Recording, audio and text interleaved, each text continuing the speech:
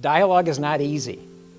It's very difficult. Yeah. It's very difficult. I mean, it's one thing to imagine it, right? But it's another to practice it, to really listen. That's the concrete stuff, right? Is when you get into the situations and somehow you've got to go beyond what you have been, right? Somehow you've got to take that in. It doesn't come from the self particularly. You can't really expand yourself by yourself. I think if anything taught me about listening, it was there, because people would spend many hours together and you didn't have to have a lot of conversation.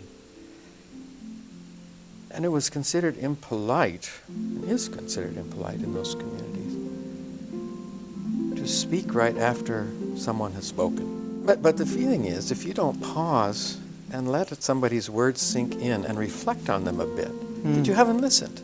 That's a good one. That you're not respecting them. And life there is like that. So meetings may last 10 or 12 or 14 hours. And there isn't a whole lot of talk in them, but there's intense communication, and it binds communities together. Yeah.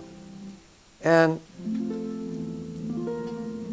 one of the challenges I experienced very early on there was, I met a young man about my age, and I had gone to visit, and he came into the living room and he confronted me and he said, "What are you doing in my house?"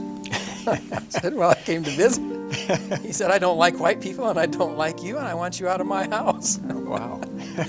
And he was big, and and he was rugged looking. He had scars on his face. He was tough. And I said, "I'm sorry, I don't mean to cause offense, but I just came to visit." And he said, "Well," and he sat down and he said, "You people don't know what our lives are like. You look down on us Indians, and you don't know what we go through. You have it so easy." I told him, "Well, that's true. I don't know what your life is like. Yeah, right. I have it easy." He said, "You go to school, you have a degree, you have all of these things. You think we can do that?" I know I grew up in a family where that was the expectation. Yeah. If it was the easiest path for me to go to college, I had to face a lot of social disapproval if I didn't. This was the easy way out for me, not the hard path. But he challenged me. He asked me. Actually, I was wearing a couple of little bracelets. He asked me to see them. He took them off. And he took one of them, barely fitted over his fist, and he said, "I'm your friend." And he said, "You know what it means when an Indian says he's your friend?" I said, "No, what does it mean?" He said, "Well, we don't give up on our friendships." Yeah, I had heard that recently, yeah. And I said, "Well, I'm very, very honored." And I was really surprised at this sort of sudden change in his demeanor. And he said, "Well, now that you're my friend, I want to take you and meet you my other friends. Let me show you our town." This was a small little reservation town. It was a tough place. There was a reputation around there that almost no one ever died a natural death there.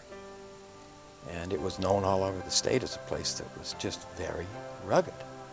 And you didn't want to be there on a Saturday night, and this was a Saturday night. And there was no place to go except the bars, And so I was frightened, I didn't want to, I was terrified. You talk about, is it easy? Yeah, yeah. And so I started making excuses.